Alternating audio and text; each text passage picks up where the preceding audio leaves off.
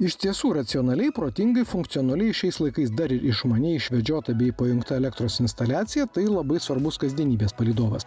Rodos galima paėti keli žingsnius, kad rastumėte laisvą rozetę įjungti, sakykime, telefono krovikliui. Arba dulkių siurblį, kad ir siurblį robotą reikėtų įtaisyti arba pajungti ten, kur reikia pajungti. Priešingų atveju maži neapgalvoti sprendimai laikų bėgant gali tapti erzinančiomis detalėmis. Nuo ko pradėti? Turėčiau tokį klausimą ieškant santechniką arba elektriką.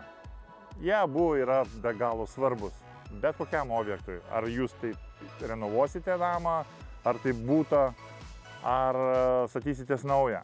Bet kuriam projektui reikalingas projektas. Tam pačiam elektrikui reikalinga žinoti, kur jūs darysite, statysite skaitlentę, tą pačią virtuvę, kiek lizdų jums reikės, kurioje vietoje jūs norėsite jungiklių.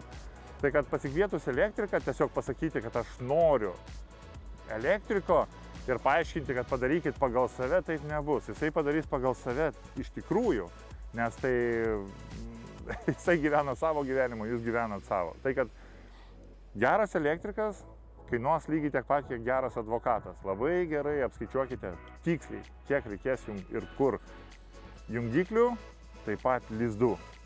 Kad tokių dalykų nenutiktų, reikia ne tik keli žingsniais į priekį įvertinti savo dabarties ar ateities poreikius, bet ir pasirinkti specialistus, kurių kompetencija nekeltų abejonių. Mes darome daugelį darbų susijusių su elektra, realiai elektros instaliacija, eksploatacija, remontas, automatikos darbai, na ir daugelis kitų darbų susijusių su elektros veikla. Įmonėje esame 4 žmonės, 2 iš mūsų turi aukštosius išsilavinimus, kiti 2 turi profesinius išsilavinimus. Turime visus atitinkamus sertifikatus dirbti, remontuoti, instaliuoti elektrą iki 10 kV galios. Taigi mūsų elektriko darbas, kaip žmonės mėgsta galvoti, kad yra labai švarus, bet čia yra visiškai netiesa, ypač su namų instaliacija. Mes labai daug atliekame visokių pjaustymų, gręžimų, kasinėjimų, tiek su kastuvu tenka padirbti, tiek tenka pastovėti šalia ekskavatoriaus, pažiūrėti, kaip kasa tranšėjas. Dažnai tenka pabūti tose pačiose tranšėjose, kai metame į vadinius kabelius. Aišku, naudojame atitinkamus įrankius, kad nebūtų tiek tų dulkių, naudojame apsaugas, tai yra visokios kaukės, ausinės. Siurblys yra labai reikalingas elektrikui, pavyzdžiui, pjaustant, darant štrabus ir panašius dalykus. Kabeliacija daroma, visokie gręžimai, lubų gręžimai, tai realiai dulkėse pabūti tenka. Pašnekovas pripažįsta, kad šiais laikais vien paprastų rozečių ir jungiklių vartotojams nebepakanka. Aišku, iki tikrųjų išmaniųjų namų dažnu atveju būna toloka, tačiau išmanumas ateina. Galima sakyti, jau atėjo. Šiais laikais dabar jau realiai visas technologijos tobulėja, viskas keičiasi, visi pamiršta tą seną instaliaciją, kai viskas valdosi, daleiskim ten su jungtukais ar dar kažką. Daugelis žmonių dabar mėgsta pradėti savo, namus tobulinti su išmaniosiomis technologijomis. Yra tam daugelis skirtingų sistemų, kaip KNX, apšvietimo valdymas yra su Daly, bet jeigu žiūrint į tokius pigesnius, paprastesnius variantus, kai jau yra viskas pastatyta ir norime kažką pasidaryti, automatizuoti savo namuose ar kažką panašaus, tai daugelis naudoja Google ir Amazon išmaniųjų namų sistemas, ten yra visokių priedėlių, galima nusipirkti, galima pradėti valdyti savo visą realiai apšvietimą, kištukinius lizdus, su telefonu, su balsu. Išmanumą galima sieti su naujos statybos namais ar daugiabučiais, tačiau elektros instaliacijos atnaujinimas, kaip ir išmanumas, ateina ir į ne pirmos jaunystės statinius.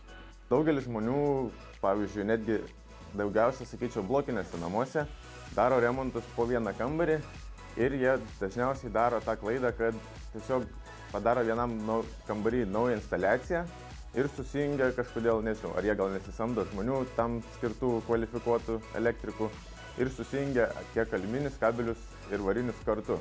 Čia yra, realiai galiu pasakyti, labai didelis blogis, jeigu darai ne pagal reikalavimus, nes dažniausiai ta sujungimo vieta mėgsta labai degti.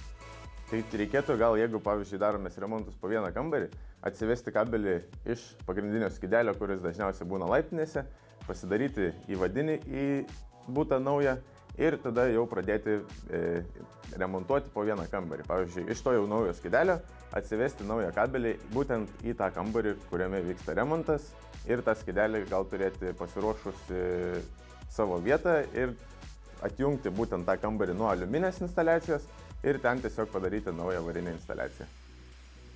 Ir patarčiau niekada nemaišyti aliuminių ir varinių kabelių. Aišku, jos galima jungti bėdai nutikus su specialia pasta ir specialiom jungtim, bet geriau to nedaryti. Būsimo mikrokvartalo naujakuriai galės būti ramūs, kad elektros instaliacijos problemų naujose butuose neturėtų kilti. Mūsų įmonė yra įsikūrus Klaipėdai, daugiausiai dirbame vakarų Lietuvoje, visos Palangoj, Šventojoj, Plungės rajonai, Telšių rajonai, na ir visa Klaipėdos apskritis. Esame ganėtinai jauna įmonė, bet vis dėlto suteikėme savo darbam garantijas, duodame 2 metų garantijas. Žinoma, jeigu tai yra mūsų problema, mes ją atvažiuojame, sutvarkome už dyką, be jokio mokesčio, bet nuo mechaninių pažeidimų, pavyzdžiui, jeigu padaro tai klientas, na, čia jau kitas reikalas. Su elektra juokauti tikrai nereikia, o jeigu su jie susidraugauji, žiūrėk, nebus jokių problemų, tik balsu ištarti. Alexa ar Siri, paruošk 2 puodelius kvapnios espreso kavos.